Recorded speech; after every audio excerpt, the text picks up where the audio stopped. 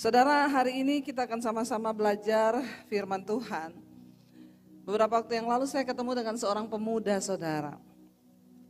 Dia sudah tidak mau mempercayai Tuhan.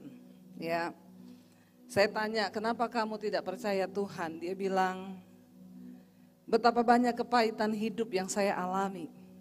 Sehingga dia sampai di satu titik, dia tidak percaya lagi pada Tuhan. Lalu saya tanya, bagaimana kalau kamu mati? Mau kemana hidupmu kalau kamu gak percaya Tuhan? Dia jawab dengan lantang, urusan mati itu urusan nanti. Kan saya masih hidup, ngapain saya pikirin mati? Saudara, kenapa imannya akhirnya terkikis dan dia dulu itu pelayan Tuhan? Imannya terkikis lalu dia terseret, akhirnya dia meninggalkan Tuhan. Karena setiap hari dia membiarkan hatinya, telinga rohaninya mendengar iblis itu berkata, apa yang kamu alami begitu pahit, di mana Tuhanmu? Di mana Tuhanmu? Ingat, selain kita punya telinga jasmani, yang terutama Tuhan menciptakan manusia, kita punya telinga rohani untuk mendengar. Dan bukankah Alkitab berkata bahwa hidup ini adalah soal rohani yang sesungguhnya, saudara? Karena perjuangan kita, peperangan kita bukan melawan darah dan daging, tapi melawan roh yang ada di udara. Dan telinga rohani itu berbicara lebih kuat daripada telinga jasmani kita. Nah, hari ini saya ingin kita semua sama-sama membaca kitab Ibrani pasal yang kedua, ayat yang pertama sampai dengan ayat yang keempat. Ibrani pasal 2 ayat yang pertama sampai ayat yang keempat. Nggak usah dimainin pianonya, itu terkesan menegangkan ya saudara. Jadi saya juga terbawa arusnya. Terima kasih ya, nanti kita akan sama-sama menyembah Tuhan. Nanti saya kalau dikasih piano gitu, saya jadi nangis nanti.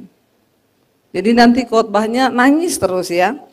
Kita mau sama-sama dulu baca firman Tuhan saudara. Yuk, Ibrani pasal 2 ayat 1 sampai ayat yang keempat. Firman Tuhan berkata di sana, karena itu, kita baca sama-sama. Karena itu harus lebih teliti kita memperhatikan apa yang telah kita dengar, kata firman Tuhan, supaya kita jangan hanyut di bawah arus ya. Sebab kalau firman yang dikatakan dengan perantaraan malaikat-malaikat tetap berlaku dan setiap pelanggaran dan ketidaktaatan mendapat balasan yang setimpal, bagaimanakah kita akan luput jikalau kita menyia-nyiakan keselamatan yang sebesar itu yang mula-mula diberitakan oleh Tuhan dan oleh mereka yang telah mendengarnya kepada kita dengan cara yang dapat dipercayai, sedangkan Allah meneguhkan kesaksian mereka oleh tanda-tanda dan mujizat-mujizat, oleh berbagai-bagai penyataan kekuasaan dan karunia Roh Kudus yang dibagi-bagikannya menurut kehendaknya. Saudara, ayat ini berkata, karena itu harus lebih teliti kita memperhatikan apa yang telah kita dengar. Saudara, setiap hari yang kita dengar itu apa saudara ya? Di rumah itu apa yang kita dengar, bahkan ya, pengajaran-pengajaran yang kita dengar hari-hari ini, firman ini berkata harus lebih teliti. Dengan adanya masa pandemi ini, tiba-tiba di YouTube itu banyak bermunculan, ya. Tiba-tiba banyak nabi juga yang muncul, ya, yang ngomong Tuhan bicara, ya, nubuatan 2022, nubuatan 2021, ada yang bilang Tuhan mau datang 1,5 tahun lagi. Lalu jemaat banyak yang datang kepada saya bertanya, Bu, benar nggak Tuhan mau datang 1,5 tahun lagi? Saya bilang, saya belum dapat kabarnya itu. Ya, belum ada yang kabarin ke saya. Harus dengan lebih teliti kita memperhatikan apa yang kita dengar hari-hari ini, saudara. Dengan adanya media sosial sekarang, YouTube, banyak sekali saudara yang masuk. Tetapi perhatikan ya apa yang saudara dengar hari-hari ini. Yang terutama kita harus sadari adalah ingat kita punya telinga rohani. Tuhan itu bisa berbicara kepada kita, tetapi setan juga bisa berbicara. Sampai ada akhirnya orang yang jadi gila karena tiap hari mendengar suara-suara. Saya tuh banyak melayani, Bu. Sekarang itu ya anak saya sudah mulai agak-agak tidak waras. Kenapa? Awalnya dengar-dengar suara. Ya ada suara yang datang ngomong begini, lalu dia dengar, dia biarkan masuk, sekarang udah tidak waras. Saudara, kita itu punya musuh kita tuh enggak kelihatan. Yang pertama adalah setan. Dan setan itu tiap hari berbicara. Saudara sering enggak mendengar ada suara di dalam hatimu? Tiap hari yang saudara dengar tuh suara, ada yang suara yang baik, ada suara yang tidak baik. Yang masih mendengar di sini berapa banyak? Yang mendengar, yang tiap hari dengar ada suara-suara bicara di dalam hati, di dalam pikiran. Nggak usah gitu, kalau kita ini misalnya berantem ya, suami istri atau siapa. Atau ya nggak usah jauh-jauh lah suami istri, misalnya kita ribut kecil. Lalu ada suara yang ngomong gini kalau ibu-ibu, kamu itu ya, suamimu itu, dari sejak awal kamu menikah, dia kan tidak pernah menghargai kamu. Ibu-ibu ada yang sering dengar begini? Ada orang di sini? Kita dengar kan kadang-kadang ketika kita ada sesuatu, ada kan di hati kita suara yang berkata, lihat suamimu itu tidak pernah menghargai kamu. Atau suami sebaliknya, ketika engkau lagi ribut sama istri, ada enggak ketika engkau duduk sendiri, tiba-tiba ada suara yang bicara di hatimu? Istrimu itu loh, ya tidak pernah menghargai kamu sebagai seorang lelaki, sebagai seorang pria. Pernah nggak bapak-bapak? Ada bapak-bapak di sini? Sering nggak? Ada nggak kadang-kadang suara seperti itu? Ada ya? Kalau saudara masih hidup ada loh. Ini jemaat di Semarang ini anteng-anteng ya. Kalau kita masih hidup itu pasti, jadi oke, saudara setuju dulu kan? Nah ketika kita membiarkan suara-suara itu datang, kita nggak tengking, maka di situ awal kita memberikan celah bagi iblis untuk bekerja. Tadi malam saya layani konseling saudara, ya dari jam saya pulang, ya habis diajak Pak Victor makan itu sampai di hotel 1 jam saya terima telepon konseling. Ibunya ngomong gini, Bu Debbie saya sudah akhirnya mengambil keputusan untuk menyerah. Saya sudah tidak mau mendampingi suami saya lagi. Kenapa Bu? Saya nggak tahu Bu, akhir-akhir ini saya tuh pahit sama suami saya. Ibu sudah menikah berapa tahun? 35 tahun. 35 tahun, iya. Terus suami ibu berselingkuh dari kapan? Dari awal menikah. Dari awal menikah tuh selingkuh saudara. Terus kenapa ibu? Saya bilang Bu, udah tanggung. Ya kalau orang Jawa bilang udah kebacut. Kenapa ibu mau mundur setelah 35 tahun? Kalau ibu mau mundur dari awal dulu pertama menikah, 1 tahun 2 tahun ibu tahu suami gitu, ya udah mundur-mundur aja. Tapi sekarang kan sudah 35 tahun. Istilahnya kan udah kebal kan? Saya nggak tahu Bu. Akhir-akhir ini tuh saya dengar suara bisikan, ngapain kamu bertahan buat suamimu, mundur.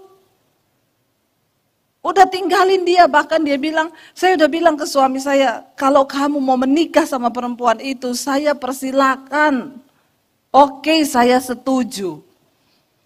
Saya bilang, Ibu, iblis itu paling tahu ya. Saya mau bilang sama ibu, Tuhan itu bekerja dan selama ini ibu tuh sudah berdoa buat suamimu. Dan setan tuh tahu kalau waktunya sudah dekat. Ibu sudah 35 tahun bertahan berdoa buat suami. Kenapa ibu biarin di hari-hari terakhir orang suaminya sudah umur 60. Dia juga sudah umur 60. Saya bilang Bu, udah umur 60 juga apa sih? Kita kan sebagai suami istri itu kalau sudah umur 60 mau ngapain Bapak Ibu? Ada di sini yang sudah umur 60 tahun menikah? Sudah sampai 60 tahun sekarang? Kan sudah bukan kayak anak muda yang masih mengharapkan apa ya, saya bilang kan ibu sekarang juga pastilah sudah tidak, ya maksudnya maaf loh kalau sudah umur 60 juga dalam kalau menuntut untuk seksualitas kan juga sudah tidak kan. Maksudnya ya udah nggak kayak anak muda. Maksudnya ibu sekarang mau menginginkan dari suami itu apa? Sekarang itu kalau sudah mulai menginjak 60 cuma kasih. Yang kita butuhkan itu dalam rumah tangga hanya saling mendorong, saling mendoakan dan mengasihi, kan itu kan yang terlebih penting. Benar nggak Bapak Ibu? Nah, kenapa ibu sudah di 35 tahun pernikahan terus ibu mau mundur sekarang? Kayaknya lucu Bu, saya bilang. Jangan pernah mengeluarkan perkataan ibu menyetujui suami ibu menikah dengan perempuan lain. Ibu tahu perempuan lain yang mau menikah sama bapak-bapak umur 60. Kalau ada bapak-bapak di sini udah umur 60 masih kepengen dengan perempuan lain, hello. Kamu pikir dia cinta sama kamu, dia cinta uangmu. Nggak ada itu perempuan cinta bapak-bapak udah kakek-kakek 60. Jadi sorry buat bapak-bapak di sini ya. Perempuan di luar itu cuma suka sama uangmu. Lalu saya bilang, Bu, ibu rebut suami ibu. Dia bilang, iya sih saya juga tahu Bu, perempuan itu pasti cuma mau minta uang suami saya. Karena suami saya memang punya uang. Nah kenapa ibu menyerah? Saudara tahu kenapa dia menyerah dan akhirnya dia memilih untuk menyerahkan semua rumah tangganya kepada iblis. Saya bilang, waktu ibu menyerahkan semua rumah tanggamu kepada iblis, maka kutuk itu terjadi atas keturunanmu. Ibu rebut suamimu. Iya Bu, karena saya dengar-dengar, sampai kapan iblis mulai datang bisikin. Sampai kapan kamu bertahan 35 tahun, lepas saja, tinggalin aja, udah capek. Saya bilang, ibu kalau mau cerai juga sudah umur segini dapat apa? Emang ibu masih mau kawin lagi? Kan daripada mundur, lebih baik bertahan, ikuti firman. Makanya saudara ayat ini berkata, hati-hati kamu harus teliti, ya kamu harus lebih teliti memperhatikan apa yang kamu dengar. Bukan cuma dari secara visual suara yang kita dengar, tetapi secara roh. Karena hari-hari ini setan itu menyerang lewat perkataan. Makanya saudara, kalau engkau lagi berantem suami istri, lalu setan datang ngomong, memang suamimu itu, waktu kita lagi marah, lalu setan itu datang. Wah, itu rasanya mendukung penuh. Ketika orang marah itu saatnya setan bekerja. Ketika engkau lagi jengkel sama suami, setan datang. Suamimu itu ngomong, setan, aku mencintai suamiku. Kamu tidak bisa menipu saya. Demikian juga bapak-bapak. Ketika setan datang menuduhmu dengan perkataan, engkau harus langsung tolak dalam nama Tuhan Yesus. Di dalam segala hal. Ya, lihat seorang pemuda yang akhirnya meninggalkan Tuhan dan mengambil keputusan tidak lagi mau percaya Tuhan. Saya sampai melayani, saya mau dia untuk berkata, iya saya percaya Tuhan. Tidak bakal, sampai mati tidak ada Tuhan-Tuhanan. Kenapa orang akhirnya bisa murtad begitu? Karena dia membiarkan telinganya mendengar apa yang setan taruh. Hidupmu kayak gitu-gitu terus. Semua kepahitan hidup yang kamu alami, di mana Tuhanmu? Kita tidak bisa menyalahkan Tuhan dengan apa yang terjadi dalam hidup kita, saudara. Ya, karena ada banyak hal yang terjadi itu karena kesalahan kita, bukan karena Tuhan. Kita harus punya prinsip, Tuhan itu baik dan dia tetap baik dahulu, sekarang, bahkan sampai selama-lamanya. Amin. Jangan pernah menuduh Tuhan itu jahat atau tidak baik. Apapun yang terjadi dengan hidup kita, ya, Tuhan itu tetap baik. Kalau ada yang tidak baik, mari kita introspeksi diri. Teliti memperhatikan apa yang telah kita dengar. Dan perkataan itu, ya makanya Alkitab bilang perkataan pemfitnah, perkataan yang buruk itu kalau masuk dalam hati itu seperti sedap-sedapan. Lebih mudah perkataan yang buruk masuk dalam hidup kita ketimbang perkataan yang baik. Kenapa? Karena dari awal memang manusia itu sudah jatuh ke dalam dosa. Jadi kecenderungan untuk berbuat dosa itu lebih besar. Saya mau kasih satu contoh. Satu kali saudara, ada jemaat dia tuh pelihara burung beo. Ya. Karena tiap hari suami istri ini jemaat ini berantem, jadi burung beonya itu kan menirukan apa yang dia dengar kan. Tiap hari suami istri kalau berantem, memang kau kurang ajar. Jadi beonya itu tiap ngomong kurang ajar, setan. Karena yang tiap hari dia dengar tuan rumahnya ngomong itu. Satu kali jemaatnya ini ke rumah pendetanya, disambut sama burung beo pendetanya, saudara. Burung beonya pendeta, begitu dia masuk, burung beonya pendeta ngomong, "Shalom, shalom, haleluya, haleluya." Lalu dia terkejut, burung saya di rumah ngomongnya kurang ajar setan, kurang ajar setan. Kok ini burung beo pendeta nih ngomong shalom, haleluya, shalom. Dia bilang, "Pak pendeta, boleh enggak saya pinjam burung beonya, saya bawa ke rumah saya 1 minggu aja. Biar burung beo saya itu juga ikut ketularan." "Oh ya silakan, tapi balikin ya." Iya, dibawa pulang, saudara. 1 minggu kemudian burung beonya Pak Pendeta dibawa pulang. Begitu sampai rumah lihat Pak Pendeta, dia bilang, "Setan, kurang ajar setan." Jadi siapa yang terpengaruh? Ya, kalau setiap hari kita mendengar yang negatif itu lebih cepat masuk karena memang dari awal manusia itu sudah jatuh ke dalam dosa. Lebih gampang berubah ke hal yang buruk itu cepat dan mudah sekali ketimbang kita berubah ke arah yang baik. Makanya ibu-ibu kalau dengar gosip, kalau dengar sesuatu yang tidak baik, langsung saja dalam nama Yesus, tidak usah didengar karena itu nanti akan mempengaruhi hidup kita. Ya, saya dengan suami juga belajar kadang ya, kita ini kalau membicarakan sesuatu ya, kadang suami saya ingatin, tidak usah dibahas yang kayak begitu. Saya pikir kadang ada bagusnya juga ya, tidak usah dibahas. Kita belajar loh untuk menfilter apa yang kita dengar. Karena itu harus lebih teliti kita memperhatikan apa yang kita dengar supaya kita jangan hanyut ya, terbawa, dikatakan di sana apa? Arus. Di dunia ini banyak sekali arus. Arus kepahitan, arus kebencian. Kenapa saudara sampai orang itu bisa membuat satu grup dan di situ grup semua ya, yang akhirnya ada demo, ada apa, kan itu semua diawali dari apa yang mereka dengar. Jadi mari kita memfilter hari ini, perhatikan dengan teliti apa yang kita dengar. Ya, lalu saya pengen kita baca Roma pasal yang ke-10 ayat 16 sampai ayat yang ke-21. Saudara, Roma 10 ayat 16 ayat sampai 21 di sana dikatakan begini, "Tetapi tidak semua orang telah menerima kabar baik itu." Ya, Yesaya sendiri berkata, "Tuhan, siapakah yang percaya kepada pemberitaan kami?" Jadi iman timbul dari apa? Pendengaran, dan pendengaran akan firman Kristus. Kenapa kita harus meneliti dan memfilter apa yang kita dengar? Karena ternyata kalau ayat ini berkata iman timbul dari pendengaran dan pendengaran akan firman, berarti juga kekhawatiran bisa timbul dari pendengaran. Ketakutan bisa timbul dari pendengaran.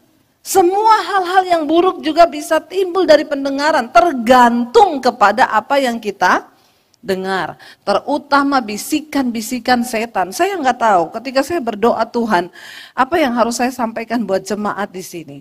Kuat sekali Tuhan mengingatkan, ingatkan tentang suara roh yang hari-hari ini sedang berbisik di hati umatku.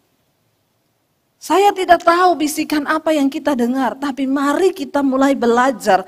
Tutup rapat kalau ada suara negatif datang, hidupmu lihat kayak gitu-gitu. Semakin buruk keadaanmu ke depan. Tolak dalam nama Tuhan Yesus. Aku percaya pada firman bahwa Tuhan menyertaiku sampai pada akhir zaman.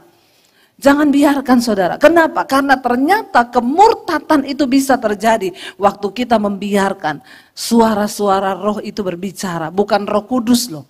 Tapi roh yang dari kuasa gelap. Kenapa? Karena peperangan kita bukan lawan dan daging.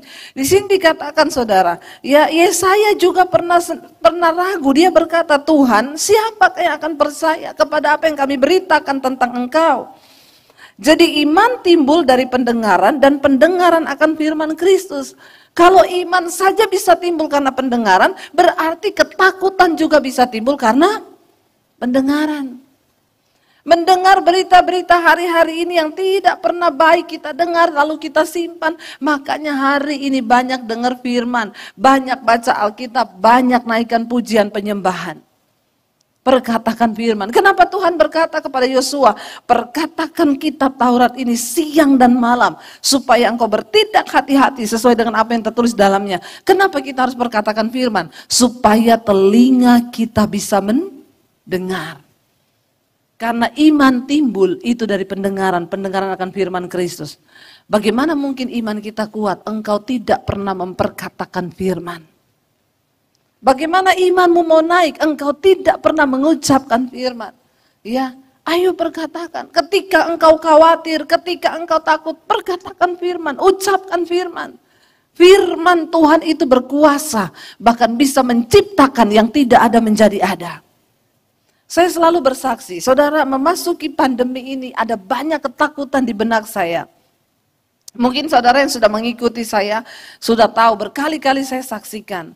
Memasuki pandemi, saya dengan suami sudah punya keputusan yang terburuk. Karena kita nggak tahu apa yang akan terjadi 1 tahun ke depan. Kita juga nggak tahu kapan pandemi ini berakhir. Yang pasti semua jadwal berhenti, gereja bahkan tidak bisa beribadah. Yang ada dalam benak saya dan suami apa? Kita jual rumah di Jakarta lalu kita balik Solo. Itu pun kalau ada yang beli. Karena siapa yang mau beli hari-hari gini? Itu adalah kemungkinan terburuk yang akan kami alami, saudara. Setiap hari ketika waktu mulai masa pandemi, setan itu datang menuduh saya. Lihat masa depanmu, nggak tahu seperti apa ke depan.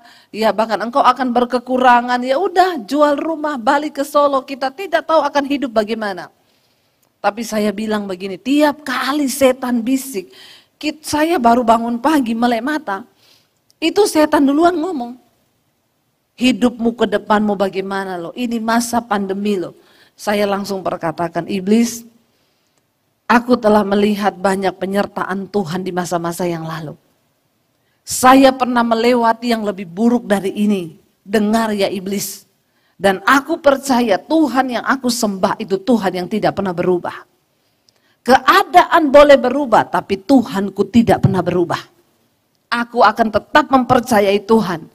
Lalu saya tantang iblis gini, iya kalau memang saya harus jual rumah kenapa? Saya tidak akan pernah menuduh Tuhan itu jahat. Sekalipun saya kehilangan segalanya, saya tetap mau bilang Tuhan itu baik. Dan aku tetap percaya Tuhan menyediakan rancangan yang terbaik bagi aku yang percaya kepada Dia. Saya lawan setiap hari iblis, saudara. Saya perkatakan firman dan saudara tahu, waktu engkau memperkatakan firman itu berkuasa. Kenapa? Karena firman itu punya kuasa untuk mencipta. Yang tidak ada bisa menjadi ada. Apakah keadaan sudah berubah? Belum. Saya masih tetap melihat pandemi ini berkepanjangan. Bahkan undangan pelayanan khotbah juga belum ada. Karena kami hidup benar-benar full time sebagai hamba Tuhan. Bukan full time di gereja, tapi full time kepada Tuhan, full heart. Lalu setiap hari itu setan datang menuduh saya, tapi saya terus berkatakan. Dan Alkitab berkata, firman Tuhan itu memang benar-benar berkuasa. Saudara, saya mau bersaksi sama saudara, saya tidak jadi jual rumah sampai hari ini. Saya malah beli rumah lagi, tepuk tangan buat Tuhan. Tuhan izinkan ya, kami sedang bangun studio DBTV sekarang di Jakarta. Apa yang itu apa ada di benak saya? Yang ada di benak saya mau jual rumah. Tapi ketika kita memperkatakan firman, ketika kita mengucapkan firman, benar apa yang tidak ada itu menjadi ada. Perhatikan apa yang kau dengar hari-hari ini. Saya nggak tahu Tuhan berbicara keras untuk sampaikan di sini. Karena banyak hari-hari ini umatku kata Tuhan. Mereka sedang menuju kepada kemurtatan. Kemurtatan itu bukan berarti engkau tinggalkan Yesus saja. Di hatimu sudah tidak percaya ada Tuhan yang bekerja, itu engkau sudah murtad loh. Karena kekhawatiran dunia ini menghimpit. Karena arus dunia yang begitu deras membawa kita. Rasanya tidak mudah untuk mempercayai Tuhan. Tapi dengar baik, Tuhan ingatkan kita hari ini. Perhatikan, teliti apa yang engkau dengar. Saya berdoa jemaat di sini nangkep supaya waktu engkau pulang, waktu suara hatimu berbicara, cepat-cepat engkau tengking dengan firman Tuhan. apapun. Kalau ada yang berkata rumah tanggamu sudah tidak mungkin dipulihkan, suamimu sudah seperti itu memang hidupnya, perkatakan dalam nama Yesus, aku percaya suamiku pasti akan dipulihkan Tuhan. Dan itu akan terjadi, saudara. Ya, kenapa? Ya, pujian itu berkata, aku punya Tuhan yang besar, yang telah berjanji dan sanggup menggenapi imanku bersepakat. Ya, kita percaya pada Tuhan, percaya pada Dia, maka Dia itu sanggup melakukan segala perkara, asal kita bersepakat dengan firman. Persoalannya berapa banyak dari orang Kristen mau bersepakat dengan firman. Kita membiarkan hidup kita tuh dibisikin oleh setan terus sehingga kita tidak pernah bisa melihat mujizat. Ayo kita bersepakat, perkatakan firman. Yesaya berkata di sana, apakah ada yang akan mempercaya kepada apa yang kami katakan? Iman timbul dari pendengaran dan pendengaran oleh firman Kristus. Tetapi aku bertanya, adakah mereka tidak mendengarnya? Memang mereka telah mendengarnya, suara mereka sampai ke seluruh dunia dan perkataan mereka sampai ke ujung bumi. Tetapi aku bertanya, adakah Israel menanggapnya? Pertama-tama Musa berkata, aku menjadikan kamu cemburu terhadap setiap orang-orang yang bukan umat dan membangkitkan amarahmu terhadap bangsa yang bebal. Ya, Israel itu dikutuk oleh Tuhan, mengalami murka Tuhan. Kenapa? Bebal, mereka tidak mau menerima kabar baik itu. Mereka nggak mau terima firman itu, saudara. Ya, dikatakan di sana, ya, dan dengan berani Yesaya mengatakan, aku telah berkenan ditemukan mereka yang tidak mencari aku. Aku telah menampakkan diri kepada mereka yang tidak menanyakan aku. Tetapi tentang Israel ia berkata, sepanjang hari aku telah mengulurkan tanganku kepada bangsa yang tidak taat dan yang membantah. Tuhan itu tidak pernah berhenti, saudara. Mau mengulurkan tangannya, tetapi Israel itu terus membantah firman Tuhan. Jangan berbantahan dengan Tuhan. Tapi mari kita bersepakat dengan firman. Tidak ada, engkau tidak mungkin bisa bertahan menghadapi gelombang arus dunia yang sedang ada di depan kita. Tapi cuma dengan memperkatakan firman, engkau bisa kuat menghadapi hari-hari ini. Jangan pernah mundur, saudara. Kita sedang ada di hari-hari yang terakhir. Kita sedang ada dalam sebuah peperangan yang besar hari-hari ini. Ayo perkatakan firman. Kenapa? Cuma dengan memperkatakan firman kita akan menang. Dan engkau akan melihat firman itu. Alkitab berkata firman itu berkuasa dan dia tidak pernah gagal untuk melakukan apa yang Allah suruhkan kepadanya. Kalau kita memperkatakan firman, maka firman itu bekerja. Dan engkau akan melihat hidupmu akan dipulihkan Tuhan. Rumah tanggamu dipulihkan Tuhan. Ya, ibu-ibu kalau ketemu orang jangan ditanya gimana kabar bu. Ya kayak gini-gini saja hidup saya. Kayak gak tahu aja suami saya itu kayak apa. Memang dari dulu sudah seperti itu orangnya. Yuk kita belajar memperkatakan yang baik. Jangan kalau ketemu orang ditanya gimana kabarnya anak-anak, ya begitulah anak-anak juga kayak gitu. Dari dulu sampai sekarang juga enggak berubah-berubah. Memang anak saya itu gini. Ayo saudara, dimulai dari memperkatakan. Jangan dengarkan apa yang iblis taruh dalam hatimu tentang keluargamu, tentang sahabatmu, tentang anakmu. Tapi perkatakan firman Tuhan, aku percaya akan terjadi perubahan. Berapa waktu yang lalu saya ditelepon oleh seorang ibu, dia bilang gini, Bu Debbie, saya bersyukur Bu, saya bersyukur mendengarkan apa yang ibu ngomong. Saya bilang, ibu bersyukur mendengarkan apa yang firman Tuhan ngomong. Saya ngomong menyampaikan firman, bukan omongan saya sendiri. Kenapa? Jadi waktu itu suaminya saudara diambil oleh pelakor, sudah tidak pulang ke rumah. Dia telepon saya, nangis, apa yang harus saya lakukan Bu Debbie? Pertama, lepaskan pengampunan Bu. Ibu mau melepaskan pengampunan, dia bilang berat. Saya bilang saya tidak mau melayani orang yang tidak mau melakukan firman. Kalau ibu datang kepada saya berarti ibu bersepakat dengan saya untuk melakukan firman. Karena orang yang datang kepada saya berarti meminta nasihat yang sesuai dengan firman. Jadi kita bikin kesepakatan dulu, ibu mau ndak mendengarkan apa yang saya ngomong? Karena yang saya akan ngomong ke ibu firman, bukan menurut pikiran saya sendiri. Akhirnya dia bilang, iya Bu mau. Oke, Yang pertama yang harus ibu lakukan, lepaskan pengampunan buat suamimu dan pelakor itu. Tidak mudah, Bu. Mereka itu menyakiti saya, itu pelakor, telepon saya, maki-maki saya. Zaman now itu memang pelakor lebih galak daripada istri. Orang kalau zaman dulu selingkuh, saudara, sembunyi setengah mati takut ketahuan. Kalau sekarang tidak. Begitu pelakor dapat nomor HP istrinya, dia teror itu istri, biar cepat-cepat cerai. Ini cara kerjanya setan. Saya bilang, ibu tidak ada pilihan. Kalau ibu mau rumah tanggamu dipulihkan, lepaskan pengampunan. Tidak gampang. Tapi saya karena dia mau, saya bilang asal ibu mau loh. Kalau ibu nggak mampu, ibu telepon saya, nanti kita berdoa. Tapi ibu mau kan, karena ada banyak orang nggak mau. Kalau dia sudah tidak mau bersepakat dengan firman, saya juga nggak bisa bikin apa-apa, saya nggak mau melayani. Kenapa? Buang waktu, buang pulsa lagi. Ya, jadi saya tanya, mau nggak mau? Oke, masalah mampu dan tidak mampu, itu urusan belakangan. Tuhan akan bekerja asal ibu mau.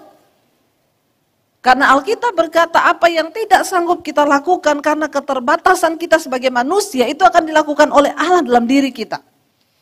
Akhirnya dia bilang, saya mau Bu Debbie, saya mau. Oke, kalau ibu nggak mampu, kita berdoa minta kekuatan Tuhan.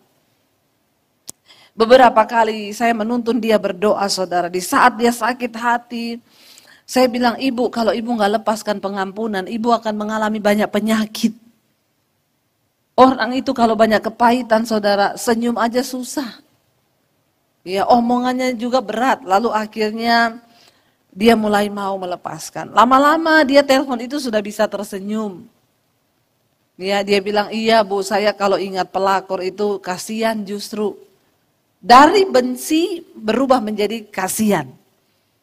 Kenapa? Karena dia mau melakukan firman. Berapa waktu yang lalu dia telepon saya, dia bilang, Bu, sesuatu yang ajaib terjadi. Kenapa? Suami saya pulang ke rumah. Dan yang luar biasa, Bu, tidak ada rasa benci di hati saya. Dulu dia benci banget, saudara. Wah, itu kalau berantem, saudara, sudah segala macam perkataan kotor keluar, saudara. Tetapi ketika Tuhan mulai ubahkan hatinya, dia mau bersepakat dengan firman. Lalu terakhir dia telepon gini, Bu, suami saya pulang.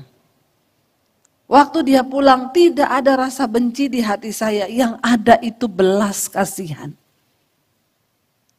Apa yang tidak mampu dilakukan oleh firman? Waktu engkau mempercayai dan bersepakat dengan firman. Hati yang keras, kebencian yang begitu besar, itu akan dirubah oleh firman. Saya heran ada orang Kristen yang masih hidup dengan, saya punya dendam kesuma, tidak akan mungkin saya lepaskan sama orang itu. Ini orang-orang macam begini, orang-orang yang tidak mau tunduk kepada firman dan tidak mau bersepakat dengan Tuhan. Yang begini ini yang murtad walaupun Kristen. Namanya tidak tercatat dalam kerajaan Allah. Saudara, tidak ada pilihan hari ini. Mari kita bersepakat dengan firman. Kenapa? Iman timbul dari pendengaran. Pendengaran akan firman Kristus. Bukan cuma itu, firman sanggup menciptakan masa depanmu. Saya sudah melihat dengan mata kepala saya tahun lalu. Yang ada di benak saya, jual rumah pulang Solo. Tapi waktu saya memperkatakan firman, apa yang terjadi? Semua ketakutan itu tidak terjadi. Tuhan mengubah keadaan dari yang tidak mungkin menjadi mungkin. Dari yang tidak ada menjadi ada. Ayo, cuma sekarang nih kita mau nggak mempercayai firman? Kita mau nggak memperkatakan firman? Ya, Tuhan berkata di sini, iman itu timbul dari pendengaran. Tetapi bangsa ini, kata Tuhan, mereka membangkitkan amarahku sepanjang hari. Aku telah mengulurkan tanganku kepada bangsa yang tidak taat dan yang membantah ini. Mengapa mujizat tidak pernah terjadi dalam hidup kita? Karena kita berbantahan dengan firman. Kita nggak mau setuju. Alkitab udah bilang bersukacitalah. Kita kehilangan damai. Kita nggak bersukacita. Di rumah kita ribut.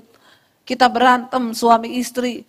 Ya, tidak ada damai sejahtera. Bagaimana kita bisa melihat firman digenapi? Alkitab berkata 2 orang bersepakat di dunia ini meminta apa aja Tuhan pasti beri. Ini bicara tentang kekuatan suami istri. Kenapa ada firman Tuhan, saudara? Firman ini ditulis supaya hidup kita ini di dunia ini berhasil dan beruntung. Tuhan bilang, Yosua jangan engkau lupa memperkatakan kitab Taurat ini. Renungkan itu, perkatakan itu siang dan malam. Supaya perjalananmu di dunia ini berhasil dan beruntung. Cuma itu saudara, dan saya sudah mempraktekkan dan saya melihat itu semua terjadi dalam hidup saya. Untuk apa kita percaya Tuhan kalau kita tidak bersepakat dengan firman-Nya? Ya, kalau Tuhan bilang mengampuni, ayo lepaskan pengampunan. Jangan ngeyel, tapi Bu terlalu sakit yang dia buat sama saya. Biarin aja, lepaskan pengampunan, kata firman Tuhan. Makanya saya itu saudara, kalau ada orang datang bertikai rumah tangganya, sudah diambang perceraian, saya selalu tanya, ya kalian ini ada nggak salah satunya yang masih mau rumah tangganya dipulihkan? Kalau masih ada salah satu berkata, saya mau Bu, oke kita jalan, kita minta Tuhan bekerja. Tapi kalau dua-duanya berkata, sudah enggak mau Bu, udah cerai aja. Maka saudara nggak usah buang waktu. Susah layani yang kayak begitu. Tuhan bisa bekerja waktu kita mau bersepakat dengan Dia. Waktu kita mau bersepakat dengan firman, gak ada yang mustahil. Ketika engkau juga punya anak, ya saya pernah melihat satu kesaksian seorang ibu yang anaknya lahir autis. Nggak bisa ngomong. Tapi dia berkatakan firman setiap hari, aku menciptakan engkau kembali. Organ-organ tubuhmu sehat, syaraf-syarafmu normal, engkau bisa berbicara. Anaknya sehat saudara. Bahkan bisa tumbuh normal. Asal kita mau bersepakat dengan firman, apa yang tidak mungkin? Ya, firman Tuhan itu sanggup melakukan segala perkara. Hari ini saya berdoa supaya kita semua diberikan Tuhan kepekaan lebih lagi. Hati-hati dengan apa yang kau dengar, teliti. Ya, terutama bisikan-bisikan di dalam hatimu itu yang Tuhan ingatkan hari ini buat setiap jemaat di tempat ini. Jangan biarkan bisikan di hatimu. Saya melihat sekarang saudara, di masa pandemi ini kenapa di Jepang itu tingkat bunuh dirinya tinggi sekali. Ya, yang mati karena corona cuma ribuan, yang mati karena bunuh diri itu puluhan ribu. Puluhan ribu. Kenapa saudara? Karena mereka mau mengikuti bisikan di dalam hatinya. Tentang kepahitan hidup, tentang sesuatu yang ya menuduh bahwa Tuhan itu tidak ada, bahwa Tuhan itu jahat. Tetapi waktu engkau mendengarkan firman, saya kemarin waktu diizinkan Tuhan ya pelayanan di Amerika saudara, waktu saya pelayanan khotbah di Colorado, saya ketemu dengan jemaat Mesbah Doa. Dia bilang, Bu, saya bersyukur di masa pandemi saya bisa ketemu channel Ibu. Hidup saya diubahkan. Saya ini pelayan Tuhan, Bu. Tapi ya pelayan Tuhan tapi di rumah berantem sama suami. Ya berantem jalan terus. Pokoknya hidup saya tidak berubah lah. Padahal saya seorang pelayan Tuhan di gereja. Tapi sejak saya mendengarkan khotbah-khotbah Ibu, saya belajar untuk berubah, Bu. Dan saya banyak diubahkan Tuhan. Saya mulai belajar sabar menghadapi suami saya. Dan singkat cerita suaminya sakit saudara. Ketika suaminya sakit itu dokter bilang dia kehilangan kayak ingatan. Jadi ya udah ya maaf kata kalau saya ngomong ya sudah seperti orang yang hilang ingatan. Jadi kadang jalan-jalan sendiri, kadang marah-marah sendiri, senyum-senyum sendiri. Tidak mudah loh seorang istri itu. Dan dia bilang suami saya ini selama muda Bu. Menyakiti hati saya terus. Ya coba kalau dia bilang coba saya nggak bayangkan kalau saya nggak mendengar firman yang Ibu sampaikan. Mungkin di saat tua suami saya sakit begini saya racun kali. Ya benar karena waktu muda menyakiti terus. Tapi Tuhan itu luar biasa Bu. Tuhan itu mengubahkan saya, mengubahkan karakter saya. Saya bersyukur Tuhan sudah persiapkan saya. Ketika suami saya sakit begini, dia bilang, itu kan dokter juga nggak bisa berbuat banyak. Ya sudah berumur, ingatannya udah mulai hilang, dan dia begitulah marah-marah sendiri, ini sendiri. Dia bilang, saya perkatakan firman Bu. Kalau suami saya mulai ngamuk, itu kalau datang ngamuknya saudara, ya kayak orang gila, ngamuk saudara. Kata istrinya gini, saya bersyukur Bu, dia kalau udah mulai ngamuk, saya memperkatakan firman Bu. Saya lihat suami saya lalu saya berkata, tenanglah jiwamu dalam nama Yesus. Tiba-tiba suaminya bisa tenang, duduk, gak jadi marah-marah. Lalu akhirnya saudara, dia bilang, saya ikuti mesbah doanya ibu kan, tiap malam ibu berdoa, Tuhan semua orang yang terikat dengan obat tidur, ya diputuskan dalam nama Yesus. Suami saya tadinya tidak bisa tidur kalau malam itu harus pakai obat tidur dari dokter. Tapi saya praktekkan Bu, apa yang ibu sampaikan. Suami saya doakan setiap malam, Tuhan dia tidur tanpa obat tidur. Dia bilang, puji Tuhan Bu, sudah 2 bulan ini suami saya lepas dari obat tidur, dia tidur secara normal. Di sini ada yang terikat dengan obat tidur? Nggak bisa tidur, berdoa saudara. Engkau butuh ketenangan jiwa dari Tuhan. Dan ketika engkau bersepakat dengan firman, maka hidupmu akan mengalami sesuatu yang berbeda. Saudara, kita semua telah menerima janji penyertaan Tuhan. Tetapi siapa yang bisa membatalkan itu semua? Tuhan yang berjanji memilih saudara dan saya menjadi hambanya. Dan dia juga berjanji dia menyertai kita hamba-hambanya sampai pada hari yang terakhir. Tetapi kita sendirilah yang dapat membatalkan semua janji itu. Kenapa? Karena kita tidak menghormati Tuhan. Sebagai hamba Tuhan, mari kita punya sikap menghormati Tuhan. Bagaimana cara kita menghormati Tuhan? Jangan ada sedikit pun yang tidak berkenan di dalam hati dan hidupmu. Ya, Tuhan berkata, barang siapa, ya, sebab itu siapa yang menghormati aku akan kuhormati. Tetapi siapa yang menghina aku akan dipandang rendah. Saudara, bukankah firman ini wow? Tuhan menghormati orang yang menghormati dia. Pelayanan yang dipercayakan kepada kita itu bukan main-main. Saudara, ada begitu banyak jiwa hari ini. Saya melayani, saya ini hamba Tuhan yang turun langsung ke jemaat. Handphone saya, nomor handphone itu saya taruh di nomor konseling di YouTube saya. Setiap malam yang nonton YouTube itu 70.000. 50.000 kalau pagi, 75.000. Subscriber channel YouTube saya 500.000. Itu WA yang masuk saudara, puluhan ribu. Saya melayani satu persatu. Saya melihat bagaimana umat Tuhan hancur. Saya menangis melihat di mana gereja berdiri hari-hari ini.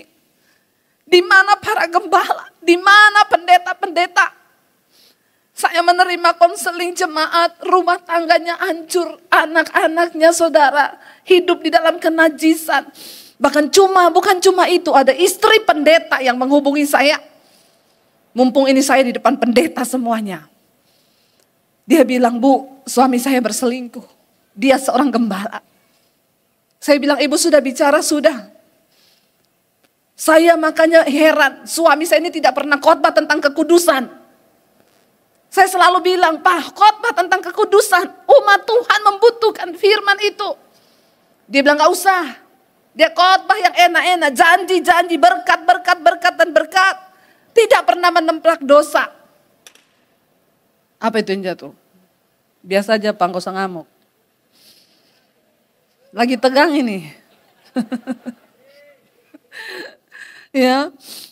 Dia bilang, makanya suami saya gak pernah mau khotbah. Terus saya bilang, Ibu sudah bicara sama suami? Ibu sudah, Bu. Dia bilang apa? Terus mau apa? Biar jemaat tahu saya selingkuh. Kalau sampai jemaat tahu saya selingkuh, kamu mau makan apa? Ini orang yang menginjak, jangan tertawa saudara. Saya mendengar itu hati saya terpukul. Kalau model gereja, model gembala sudah kayak begini, mau dibawa kemana umat Tuhan? Bagaimana Tuhan bisa menjamah melawat bangsa ini?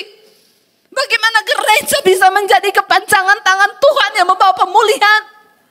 Kalau hamba-hambanya saja sudah hidup dalam kenajisan percabulan, kerjaannya tiap hari cuma hitung perpuluhan.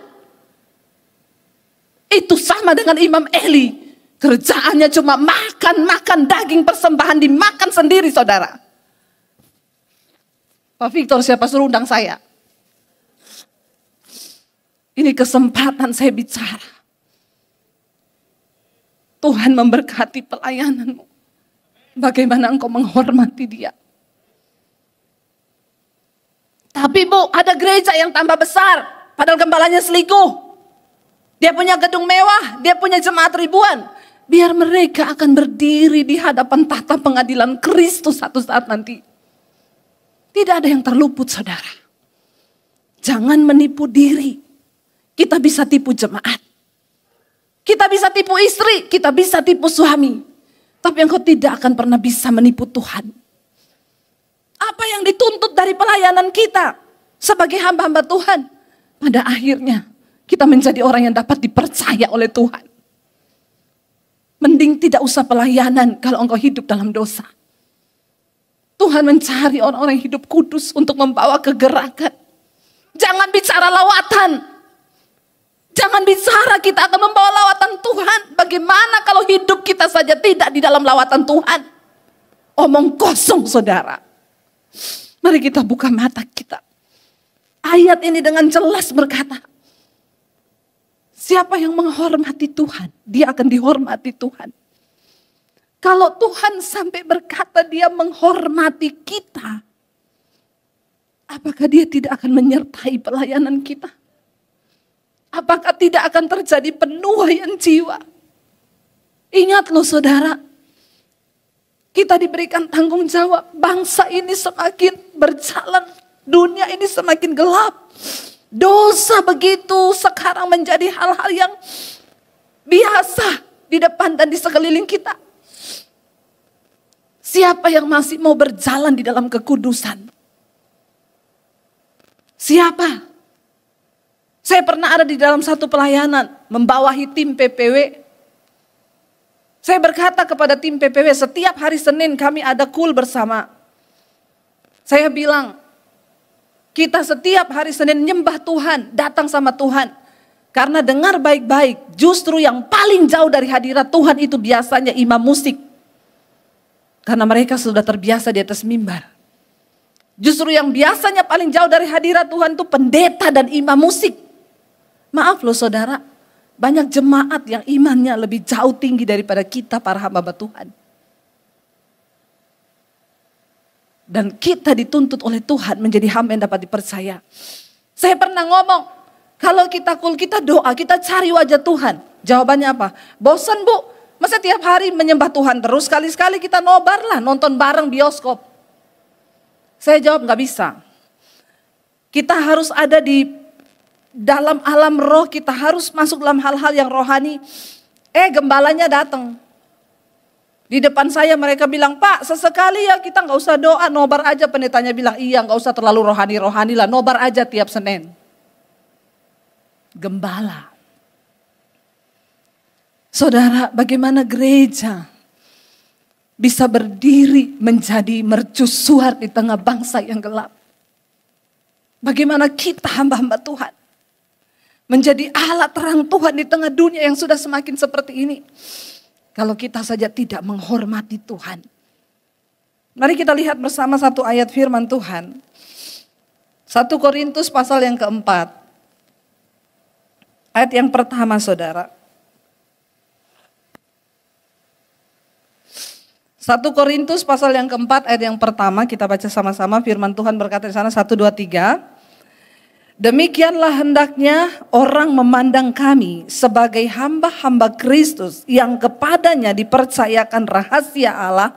2, yang akhirnya dituntut dari pelayan-pelayan yang demikian ialah bahwa mereka ternyata dapat dipercayai. Firman ini berkata saudara, kita ini adalah hamba-hamba Tuhan. Pelayan-pelayan Kristus, hamba-hamba Kristus yang kepada kita dipercayakan rahasia Allah. Kita dipercayakan rahasia Tuhan loh. Untuk berbagi rahasia tidak mudah. Kita harus menemukan orang yang benar-benar kita percaya baru kita bisa ngomong rahasia kita, benar nggak?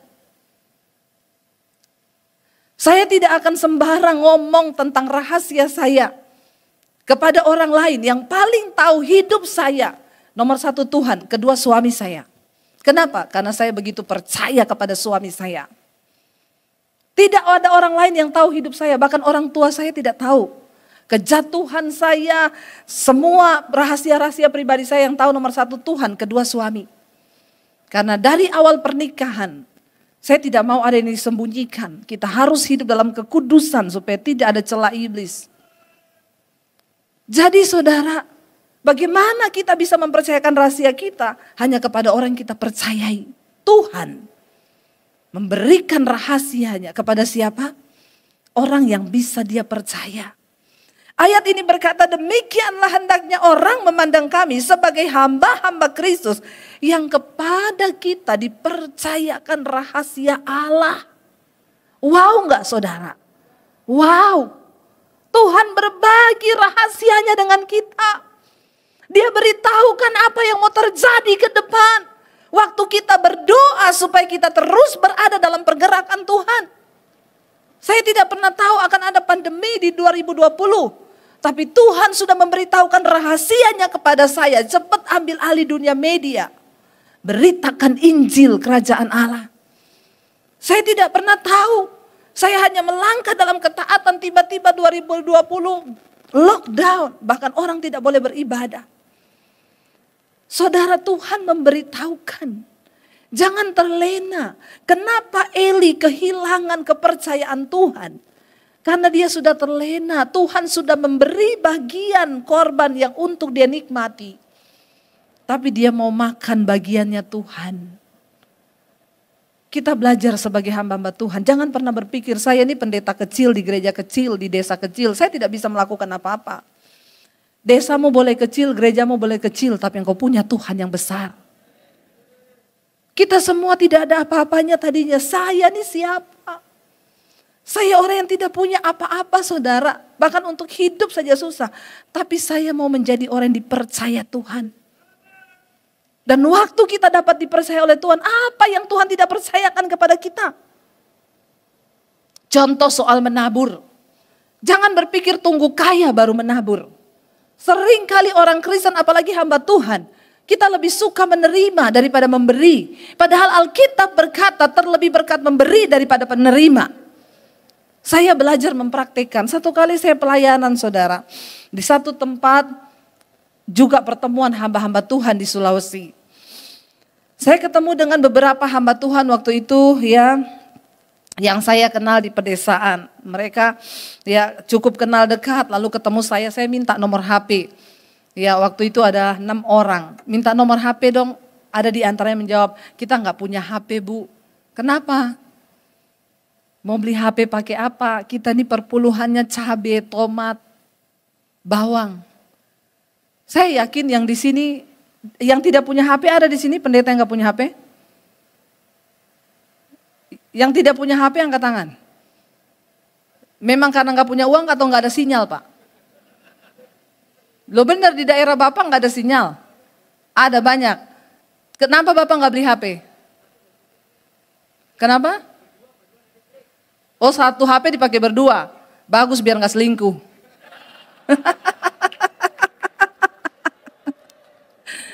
Bagus ini ya.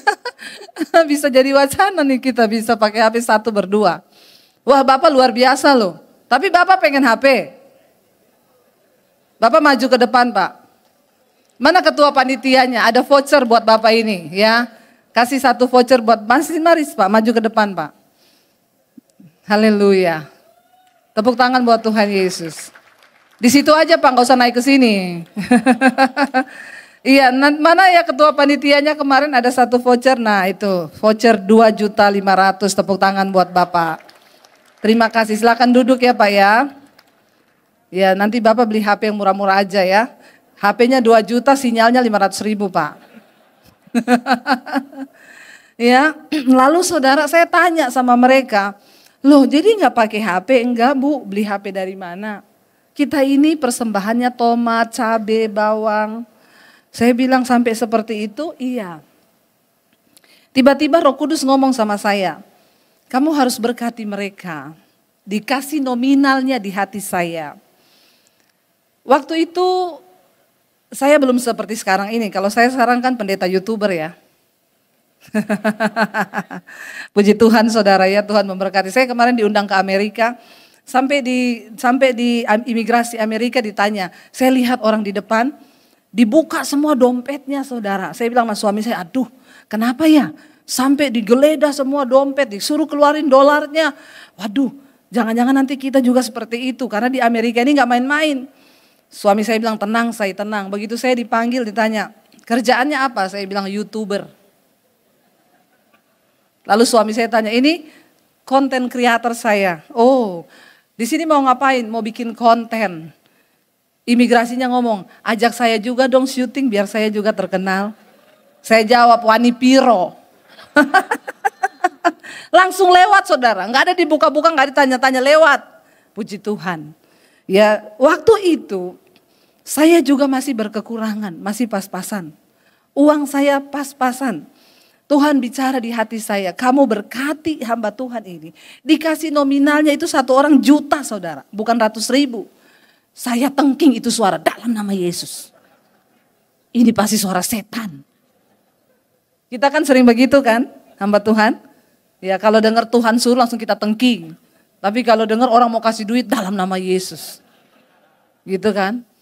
Lama saya bergumul di hati dalam nama Yesus. Karena saya tahu jumlah di ATM saya berapa. Saya berkati mereka ya sudah habis. Tuhan bilang, kamu pergi sekarang ke ATM, tarik tunai, ambil, kasih mereka 6 orang ini. Saya tarik napas dalam-dalam, Tuhan please Tuhan. Tuhan bisa pakai orang kaya yang lain, jangan saya. Tiba-tiba ayat itu bicara di hati saya. Tuhan yang menyediakan benih bagi para penabur. Tiba-tiba Roh Kudus ngomong, kamu itu cuma penabur, benihnya dari Tuhan.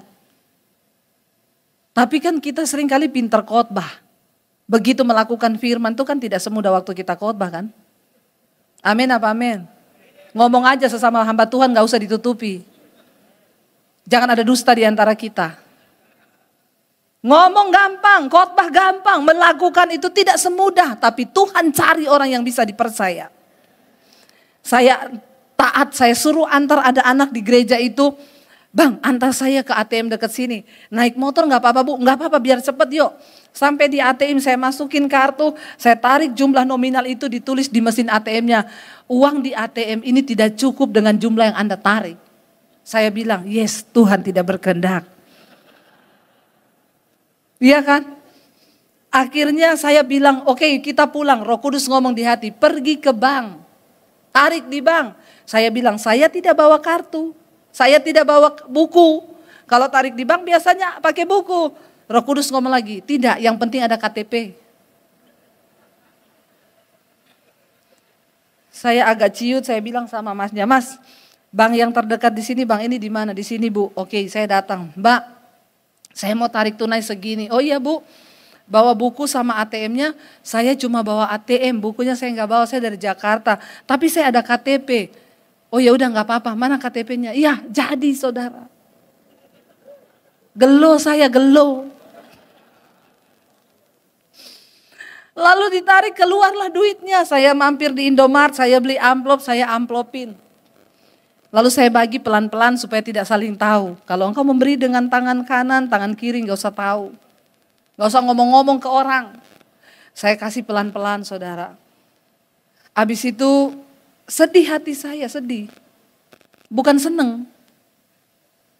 Kalau orang memberi yang terbaik itu tidak mungkin dengan sukacita. Pasti dengan air mata.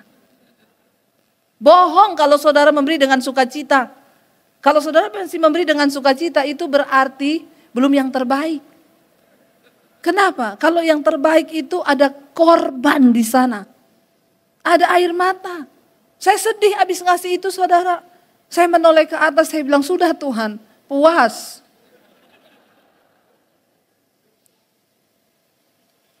Dan saya gak berani cerita ke suami.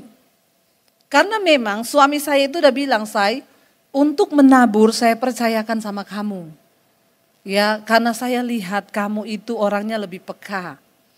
Dulu dia gak percaya. Setelah dia melihat istrinya ini, bagaimana saya menabur dan Tuhan memenuhi lumbung-lumbung kami sampai berkelimpahan. Dia baru percaya. Dia bilang, nih terserah kamu, gak usah tanya kalau mau menabur. Ikuti aja tuntunan Tuhan. Suami istri harus saling dipercaya dalam hal keuangan. Apalagi pendeta. Nggak ada amin.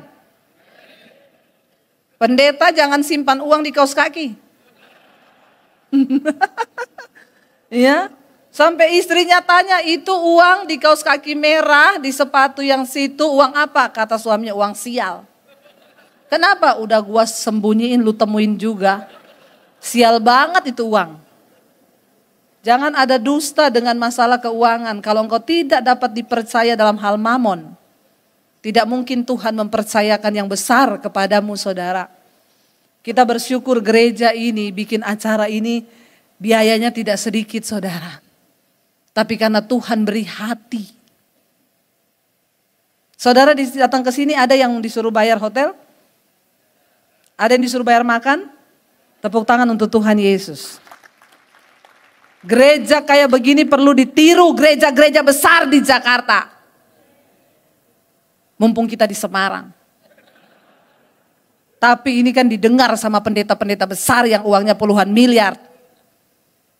Jangan hanya memperkaya diri kayak Imam Eli. Semua dimakan. Uang misi dimakan. Di Jakarta gereja-gereja uang misi gak pernah keluar. Ditabung di bank, main saham. Kalah saham. Syukur. Benar saudara, nyakiti hati Tuhan. Tapi tidak berasa kalau mereka tidak menghormati Tuhan.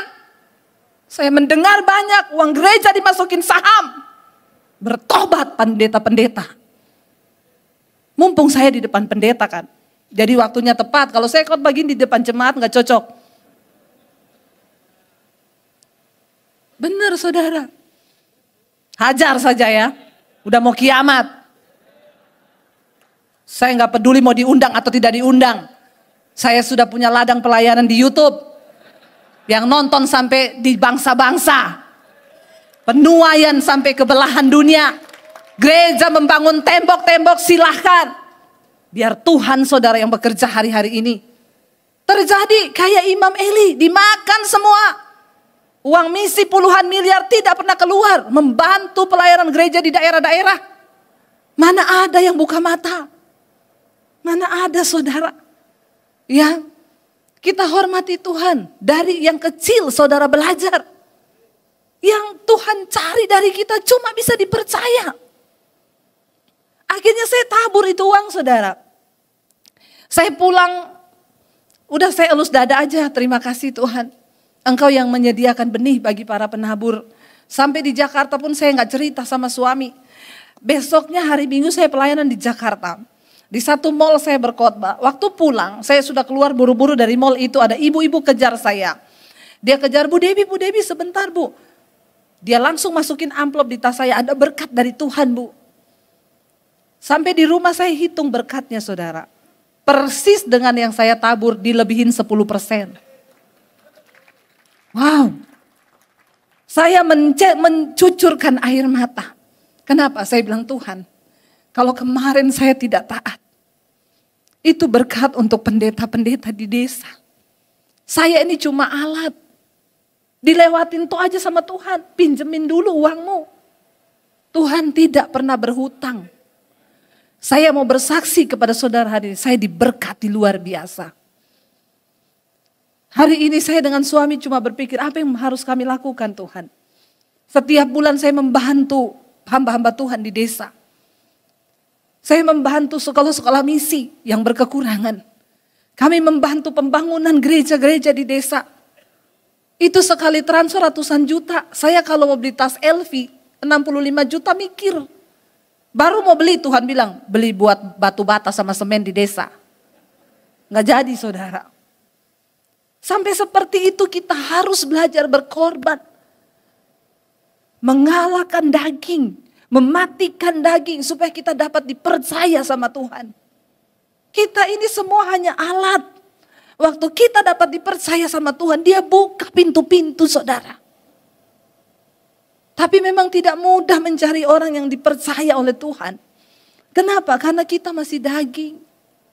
Kita mikir diri kita sendiri. Imam Eli mengenyangkan dirinya, menggendutkan dirinya. Dengan uang, dengan korban sembelihan, dia makan di atas mezbah. Tuhan berkata, Barang siapa menghormati aku, kuhormati. Tapi barang siapa tidak menghormatiku, akan direndahkan. Ada waktunya Tuhan berperkara, saudara. Jangan pikir tidak terjadi apa-apa. Kita bebas menikmati, melakukan segala sesuatu. Ingat, Dia Tuhan yang hidup. Dia melihat semua yang kita lakukan. Dia tahu pelayanan kita. Bereskan hidup kita, saudara. Saya ingin kita baca, saudara. Ya, 1 Petrus pasal yang keempat, ayat yang pertama mulai. Sebagai hamba-hamba Tuhan, biar kita mempersenjatai diri kita, saudara. 1 Petrus 4 ayat yang pertama, firman Tuhan berkata, jadi karena Kristus telah menderita penderitaan badani, kamu pun juga harus mempersenjatai dirimu dengan pikiran yang demikian.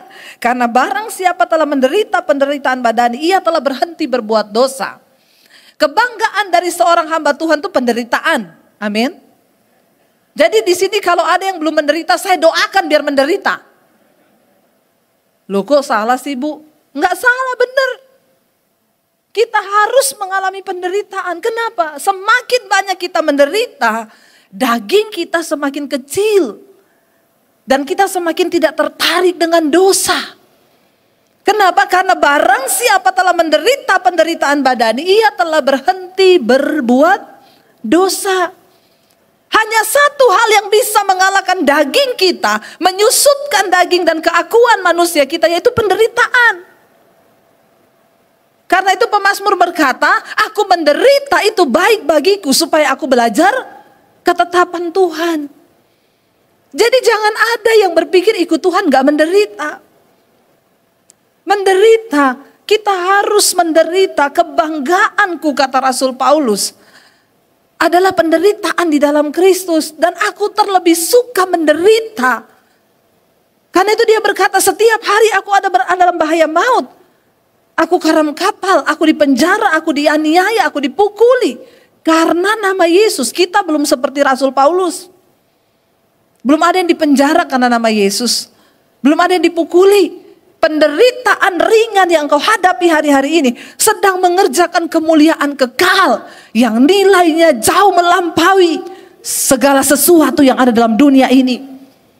Sabar menderita, saudara, sabar. Dalam hidup pengiringan saya kepada Tuhan tuh isinya penderitaan terus.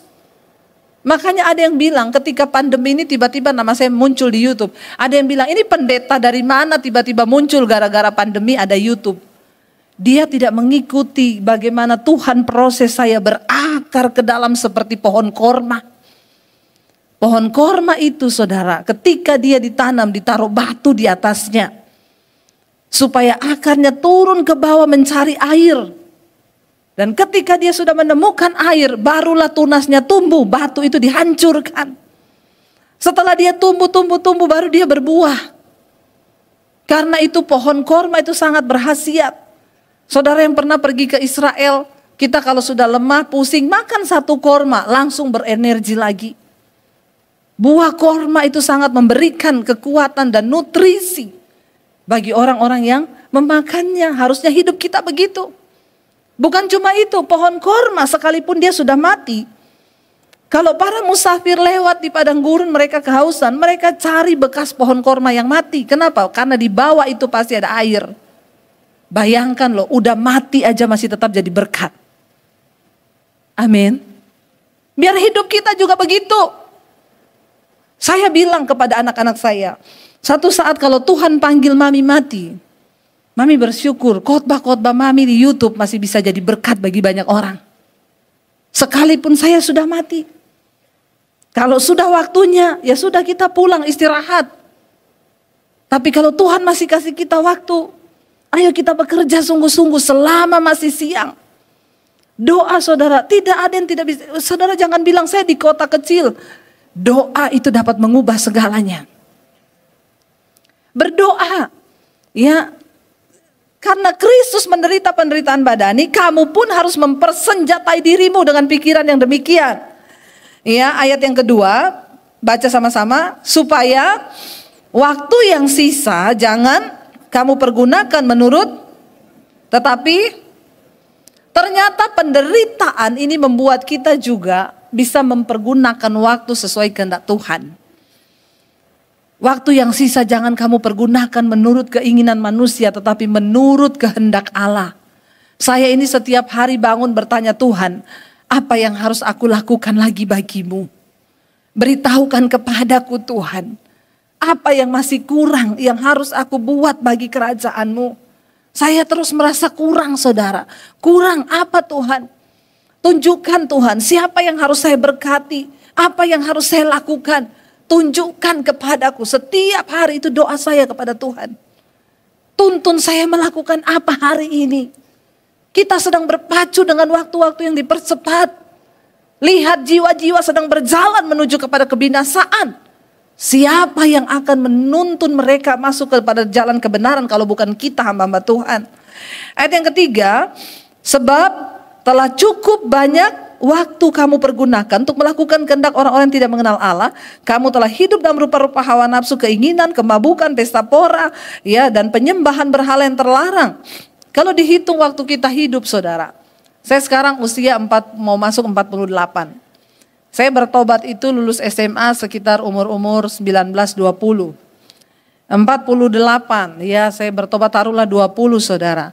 Berarti 28 tahun yang sudah saya pakai untuk hidup menuruti kehendak Tuhan. Puji Tuhan lah, udah lebih banyak. Ya, 20 tahun saya hidup menurut keinginan saya. Tapi ketika saya bertobat, saya menyerahkan diri kepada Tuhan. Mari kita introspeksi diri. Selama kita hidup melayani Tuhan, karena tidak semua orang melayani Tuhan tapi mengikuti kehendak Tuhan.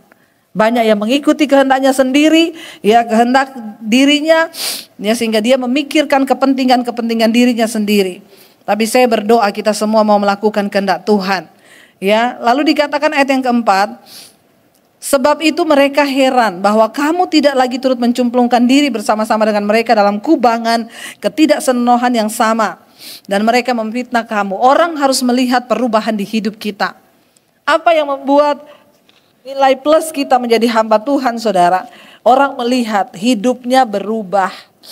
Kita menjadi hamba Tuhan, yaitu orang dulu kalau ngomong mulutnya kotor, Bu, tapi sekarang dia bertobat, benar-benar terlihat perubahan hidupnya. Orang harus melihat perubahan hidup kita. Ya, saya ingin kita lompat, kita baca sama-sama ayat yang ke-7, saudara.